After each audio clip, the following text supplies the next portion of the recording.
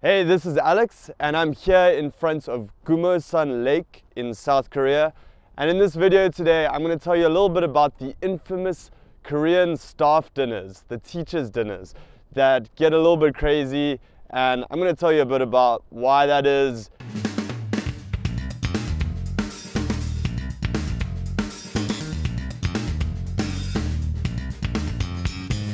So these Korean staff dinners are called hwaeshik.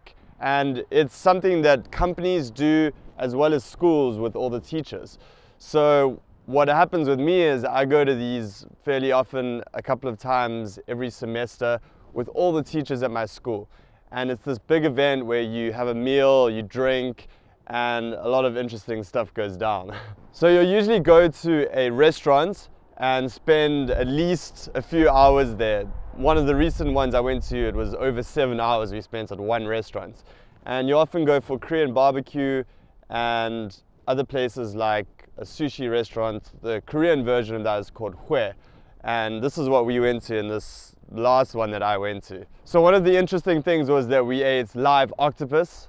And how live it actually is debatable, but it's basically just being cut up. So it's still wriggling and you actually feel it moving in your mouth and it can stick on your gums even. So it's quite an experience, and I've actually heard of people dying because they eat it and it gets stuck in their throats and then they choke. So apparently that's happened. We also ate stingray, which was quite interesting. It tasted really good actually. I was surprised. I didn't know what it was at first and I tasted it. And then one of my Korean friends told me that it was actually stingray. And one of the things we did was eat the vertebrae of the stingray, which is like kind of crunchy and weird, but kind of good actually. And then of course there's the drinking, and there's typically a lot of it. So especially if you stay in there for multiple hours, you end up drinking a lot of soju. And soju is the Korean rice wine liquor that's sold more than anything else throughout the world.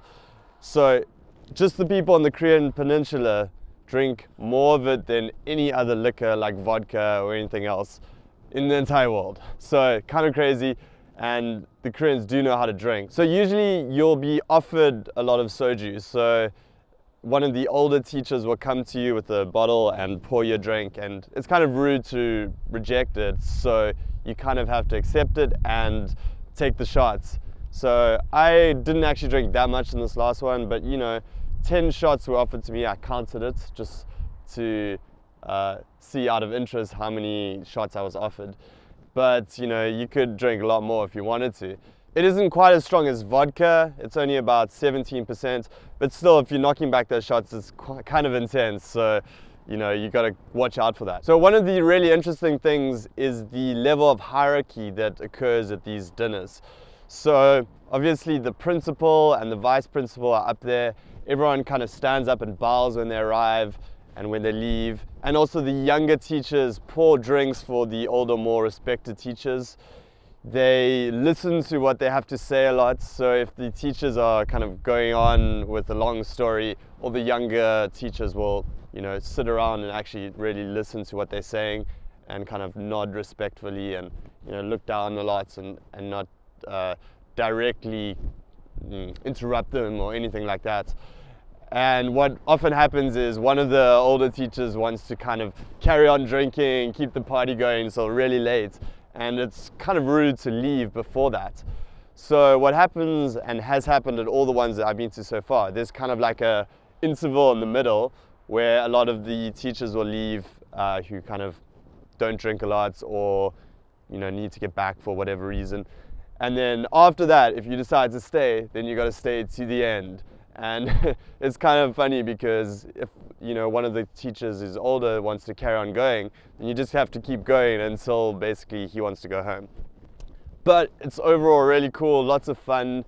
It's a great way to like bond with your co-teachers because a lot of the time they'll be quite shy towards you, you know, they'll be shy about speaking English. They won't be as open as you might want.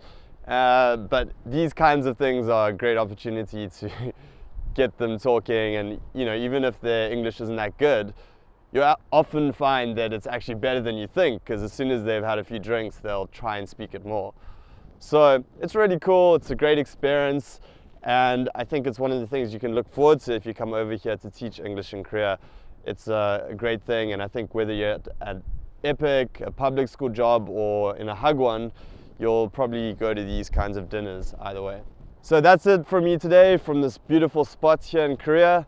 If you are interested in coming over to teach English in Korea, make sure to check out my other videos, subscribe to my channel, and you're welcome to send me a message if you have any questions about how to get started. I often help people out with that kind of stuff. So have a great day, and I'll talk to you very soon. Cheers.